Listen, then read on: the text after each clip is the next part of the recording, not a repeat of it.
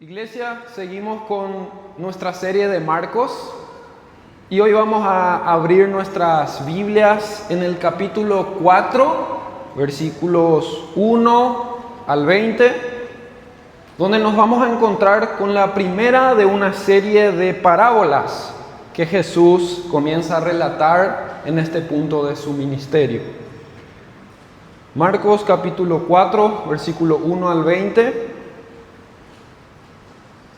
Esta es la parábola del sembrador.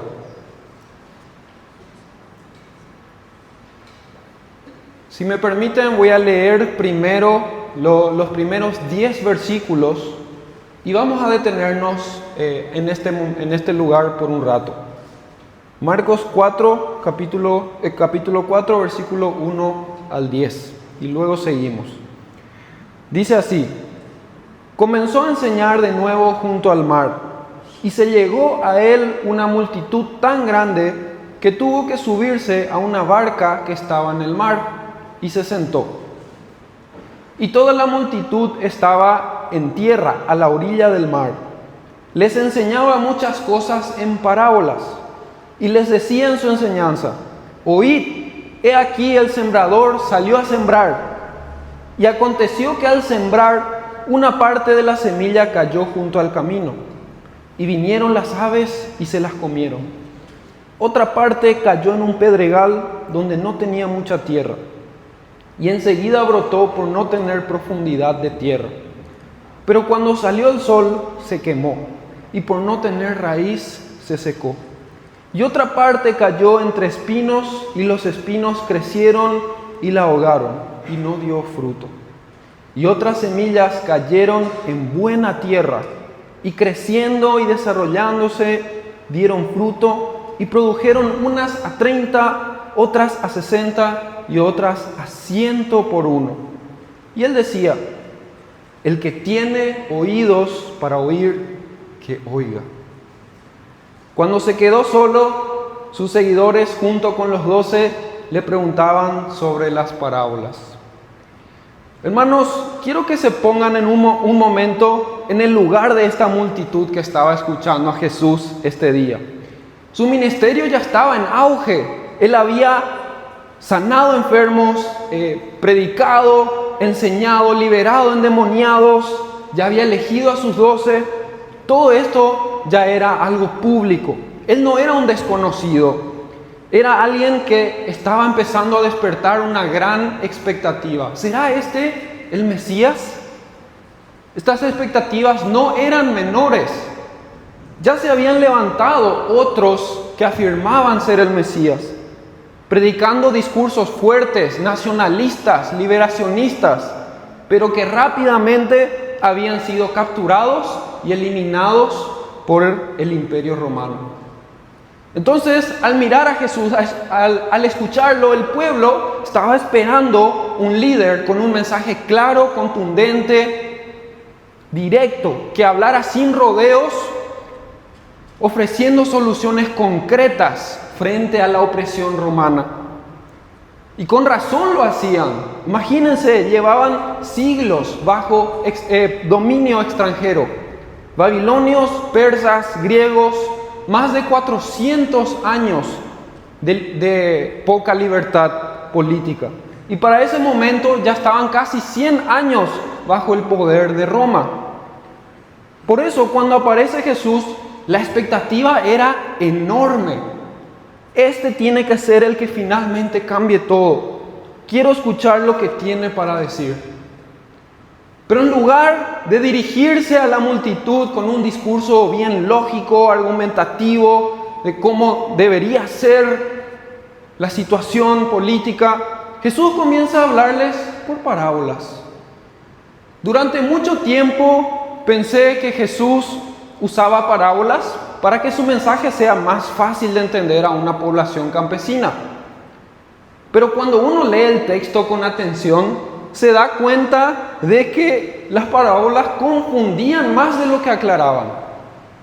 Vean con atención esta escena. Jesús empieza a contar una historia de un sembrador, pero terminaba sin explicarla al público, dejando la interpretación final abierta con esa frase tan enigmática: el que tenga oídos para oír, que oiga.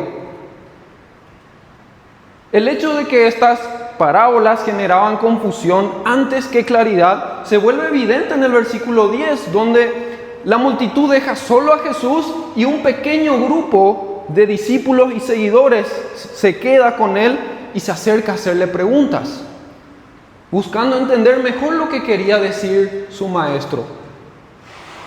Este hubiera sido el momento ideal para que Jesús se parara firme con un discurso claro y contundente y así consolidar su influencia y empezar la revolución. Pero simplemente no lo hace, dejando a sus oyentes perplejos y desorientados. Si yo hubiese estado ahí y fuera parte de la multitud, considerando este contexto social de inestabilidad política, escuchando a un potencial candidato a Mesías, hablando en parábolas que parecen no llevar a ninguna parte, probablemente ya habría perdido el interés y me hubiera ido a mi casa decepcionado. Vine a escuchar un mensaje claro sobre la liberación de mi pueblo y este supuesto Mesías me habla de algo tan irrelevante como la historia de un tal sembrador. ¿Cómo me puede hablar de sembrar en estos tiempos si gran parte de mi producción agrícola se va en impuestos ante estas escorias romanas? Probablemente fue lo que habrán pensado muchos en la multitud. Y surge entonces la pregunta para nosotros: ¿por qué Jesús, en el momento de mayor atención, en vez de ser claro, decide hablar con parábolas? En los versículos 11 y 12 del texto de Marcos 4, encontramos parte de esa respuesta. Versículo 11, al responderle a los discípulos, decía: a vosotros os ha sido dado el misterio del reino de Dios, pero los que están afuera reciben todo en parábolas, para que viendo vean, pero no perciban, y oyendo oigan, pero no entiendan. No sea que se conviertan y sean perdonados. Esta respuesta de Jesús suena todavía más extraña. Si ya era enigmático, ahora parece confundir más todavía, porque a primera vista parece que Él está queriendo ocultar intencionalmente el mensaje del reino para revelarlo solo a unos pocos elegidos. Es como si fuera que dice: sí, a ustedes, mis discípulos, les voy a contar mis secretos. A ellos no me caen muy bien. Y yo que pensaba que Jesús no hacía grupismo. Justo hablamos de eso en el discipulado, hoy a la mañana. Pero ¿qué está pasando acá? ¿Qué realmente está sucediendo y qué estaba queriendo decir Jesús? Cuando vamos al texto paralelo en Mateo 13, versículo 10 al 16, si me pueden seguir, Mateo 13, versículo 10 al 16, entendemos mejor lo que está queriendo decir Jesús. Mateo 13, versículo 10 al 16. En el mismo contexto de la parábola del buen sembrador, podemos ver cómo Jesús amplía aquí lo que estaba queriendo decir. Versículo 10 dice así: y acercándose los discípulos, dijeron a Jesús: ¿por qué les hablas en parábolas? Jesús les respondió: porque a ustedes se les ha concedido conocer los misterios del reino de los cielos, pero a ellos no se les ha concedido. Porque a cualquiera que tiene, se le dará más y tendrá en abundancia, pero a cualquiera que no tiene, aún lo que tiene se le quitará. Por eso les hablo en parábolas, porque viendo no ven y oyendo no entienden. Y en ellos se cumple la profecía de Isaías, que dice: al oír ustedes oirán pero no entenderán, y viendo verán pero no percibirán, porque el corazón de este pueblo se ha vuelto insensible, y con dificultad oyen con sus oídos, y han cerrado sus ojos, De otro modo verían con los ojos, oirían con los oídos y entenderían con el corazón y se convertirían y yo los sanaría. Pero dichosos los ojos de ustedes, les dice a sus discípulos, porque ven, y sus oídos porque oyen. Jesús cita al profeta Isaías porque en ese tiempo ocurría lo mismo. Dios había enviado a Isaías, a su profeta, a un pueblo que después de resistir una y otra vez a su palabra, había llegado a un punto de endurecimiento espiritual. Un estado del corazón en el cual vivían con una profunda insensibilidad a la voz de Dios. Y como consecuencia de ese endurecimiento persistente del pueblo de Israel, Dios trajo el juicio, el exilio.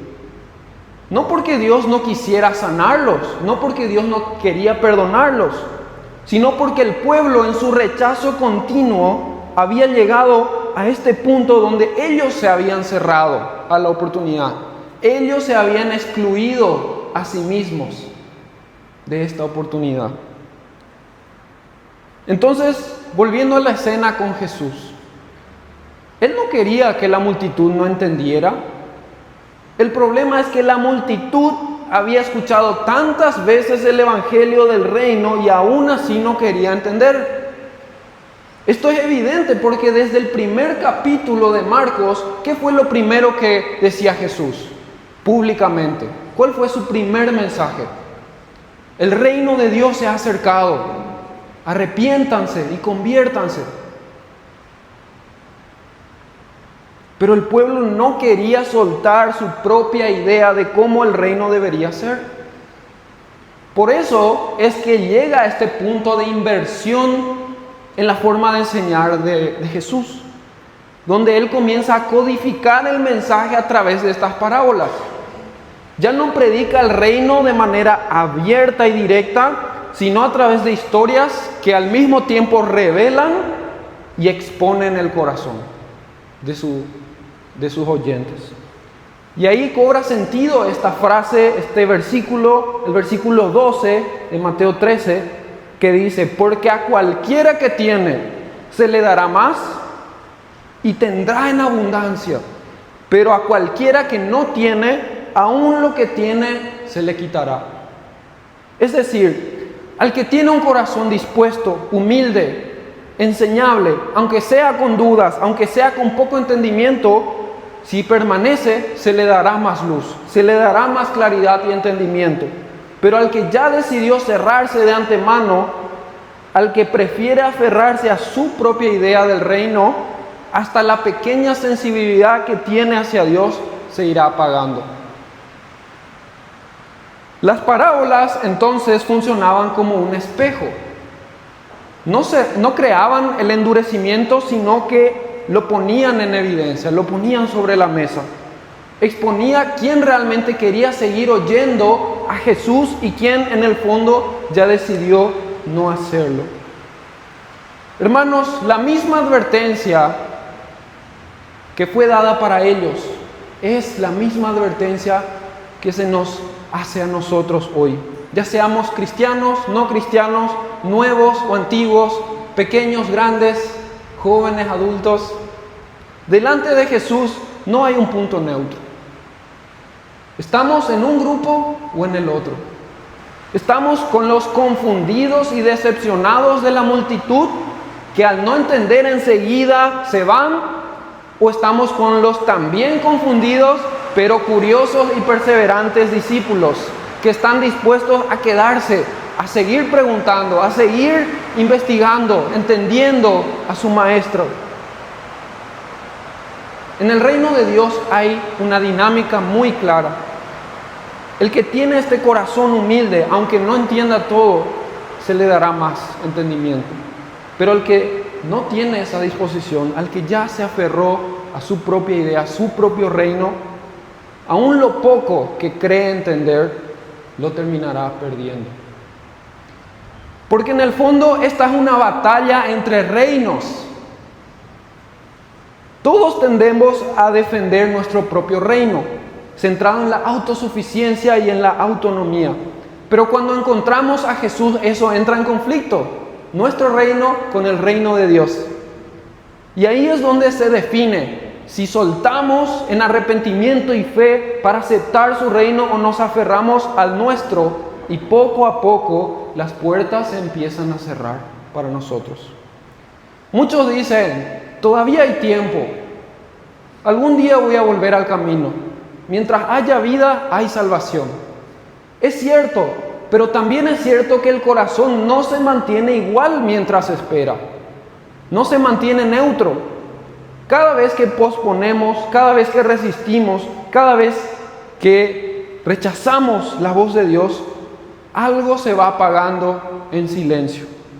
Hasta que un día la voz que antes nos incomodaba ya no se escucha con la misma claridad. Y el camino que antes parecía fácil de retomar empieza a difuminarse delante de nosotros. Y este endurecimiento es muy sutil, hermanos. No pasa de un día para el otro. Sabemos que hay una historia de un barco que naufragó porque en su trayectoria la brújula que guiaba el barco estaba descalibrada por apenas unos grados, imperceptible. Quizás si hubieran revisado mejor lo hubieran atendido los navegantes. Pero esta descalibración de la brújula poco a poco fue desviando la trayectoria original del barco hasta que entró en aguas peligrosas y naufragó.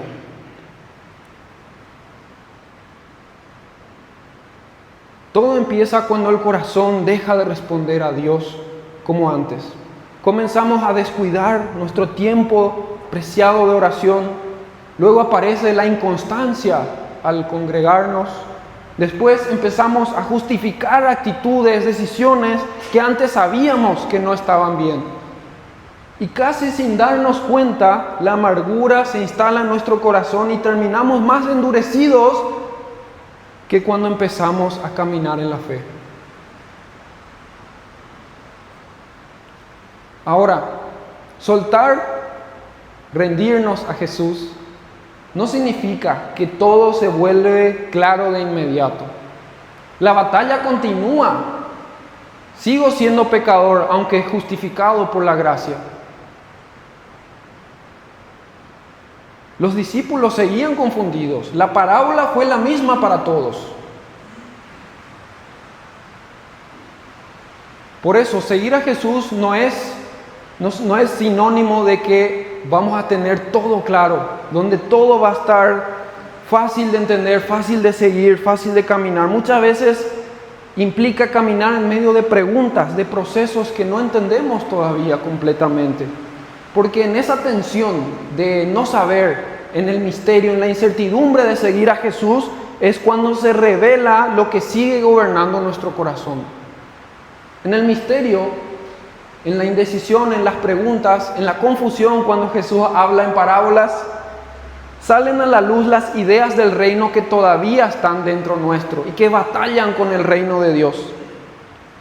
Cuando Él no responde como yo quiero, cuando no entiendo, cuando no siento, puede quedar expuesto lo que realmente gobierna mi corazón, el reino al que sigo aferrado. Recuerdo que cuando atravesé el cáncer, hubo momentos en los que no entendía nada. Me preguntaba, ¿por qué? ¿Por qué Dios? No tenía respuestas claras, no sabía por qué, pero tenía que confiar. Y lo que Dios estaba confrontando en ese tiempo no era solo mi falta de entendimiento, sino la idea del reino que yo tenía en mi cabeza. Un reino donde había un Dios que evitara todo tipo de sufrimiento, que me diera una vida más segura, más estable, sin ninguna dificultad. Pero en ese proceso tuve que soltar esa expectativa, esa idea del reino que yo tenía, centrado en mí mismo, centrado en mi autosuficiencia. Hoy, casi 10 años después de esa experiencia, pude ver cómo Dios usó ese proceso para formar en mí una fe más profunda y también en la de muchos otros, para que empiecen a dejarse y rendirse al reino de Dios. El camino de la fe no se trata de tener todas las cosas claras ahora, sino de confiar en aquel que sí tiene todas las cosas claras. Eso es suficiente. En la incertidumbre, en la confusión, en las parábolas, a veces es suficiente una fe que confía en aquel que sabe todo. Jesús quizá hoy te está hablando a través de parábolas, es decir, a través de situaciones y procesos que no terminas de entender del todo, para revelar el estado de tu corazón, para revelar y exponer el reino en el que estás dentro, del cual sos súbdito.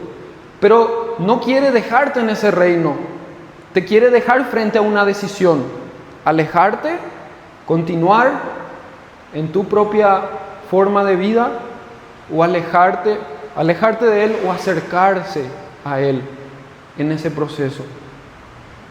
La pregunta que me hago y les hago a todos hoy es: ¿te vas a ir como la multitud o te vas a quedar como los discípulos?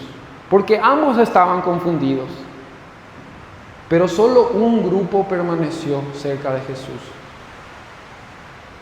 Porque la promesa es que al que se queda se le dará más, y será en abundancia. No nos deja en la confusión, no nos deja en la incertidumbre, sino que es un puente. Y como vemos en los siguientes versículos, Jesús no los deja a ellos en el misterio. Él quiere revelarles los secretos del reino.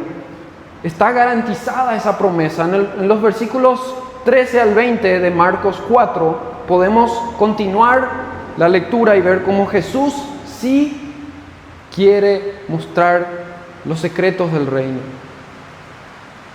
Dice así, versículo 13: y les dijo: ¿no entendéis esta parábola?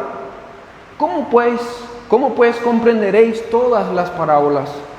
El sembrador siembra la palabra, y estos son los que están junto al camino, donde se siembra la palabra. Aquellos que en cuanto la oyen, al instante viene Satanás y se lleva la palabra que se ha sembrado en ellos. Y de igual manera, estos en que se sembró la semilla en pedregales son los que al oír la palabra enseguida la reciben con gozo, pero no tienen raíz profunda en sí mismos, sino que solo son temporales. Entonces, cuando viene la aflicción o la persecución por causa de la palabra, enseguida tropiezan y caen. Otros son aquellos en los que se sembró la semilla entre los espinos. Estos son los que han oído la palabra, pero las preocupaciones del mundo y el engaño de las riquezas y los deseos de las demás cosas entran y ahogan la palabra y se vuelve estéril. Y otros son aquellos en que se sembró la semilla en tierra buena, los cuales oyen la palabra, la aceptan y dan fruto, unos a 30, otros a 60 y otros a 100 por uno. A partir de aquí, Jesús no esconde más nada. Les revela el misterio del reino a aquellos que sí se quedaron, sí fueron perseverantes. A la multitud las dejó con sus preguntas, con su intriga, pero a los que se quedaron, Jesús les da más revelación. Jesús les enseña, pero siempre un grupo pequeño, ¿se dan cuenta? Siempre son algunos pocos.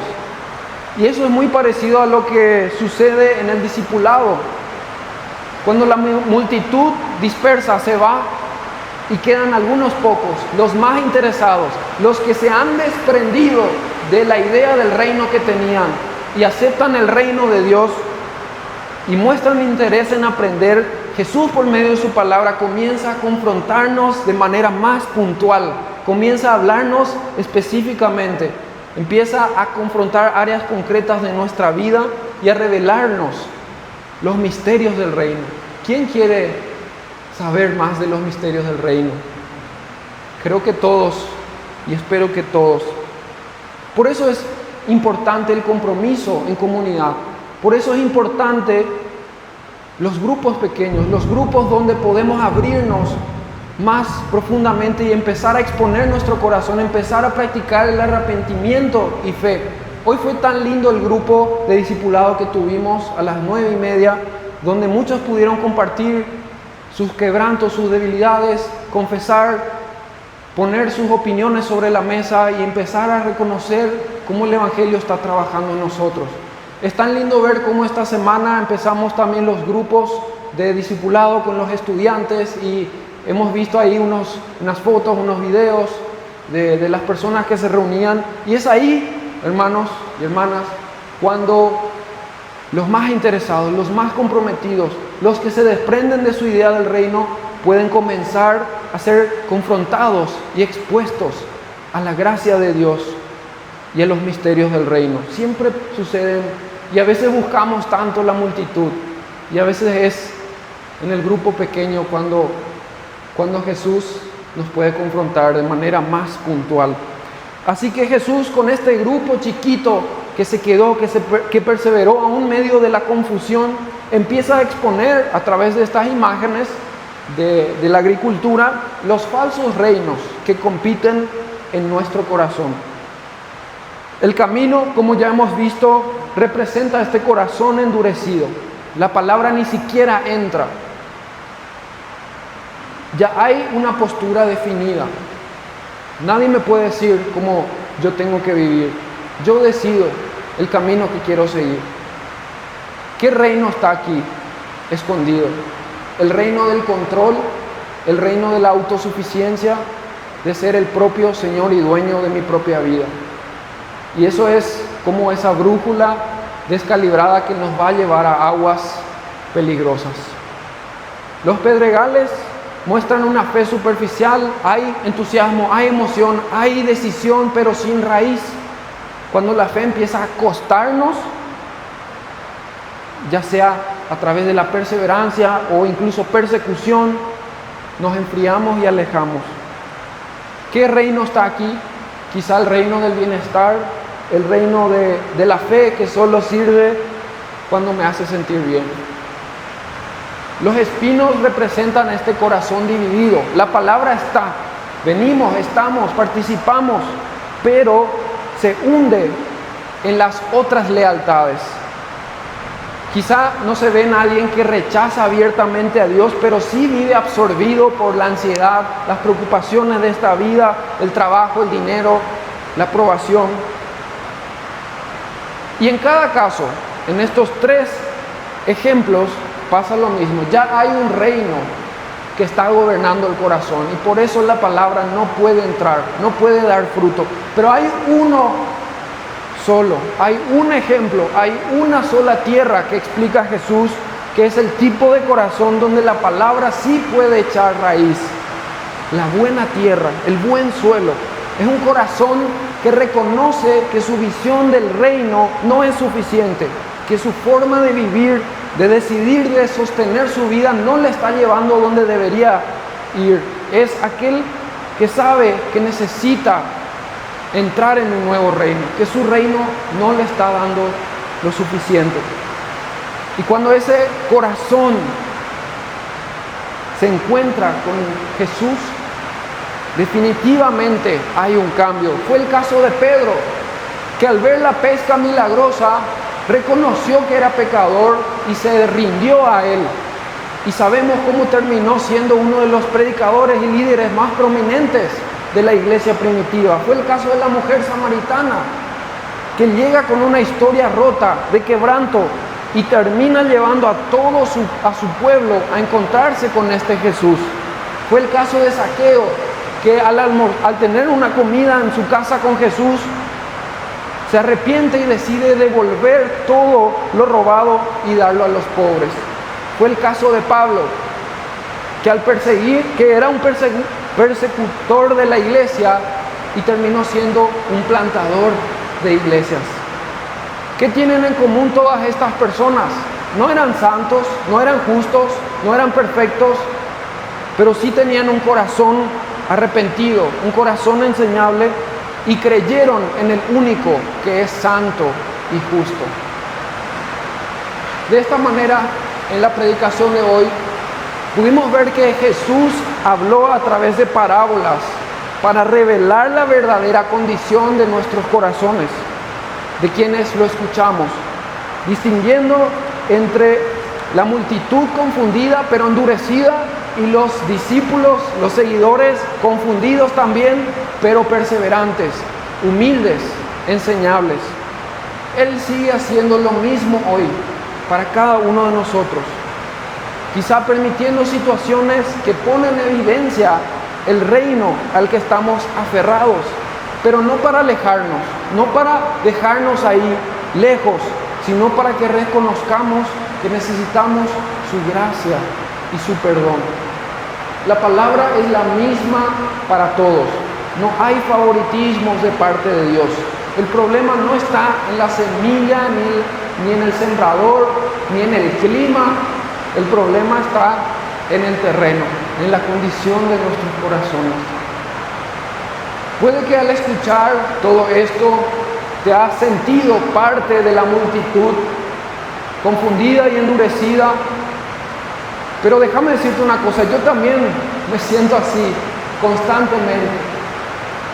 Cuando escucho el Evangelio, la predicación del domingo, y enseguida la desecho, enseguida me cierro a escuchar.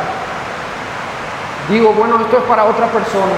O cuando justifico mis actitudes antes de rendirme, o cuando actúo de manera egoísta con mis hermanos.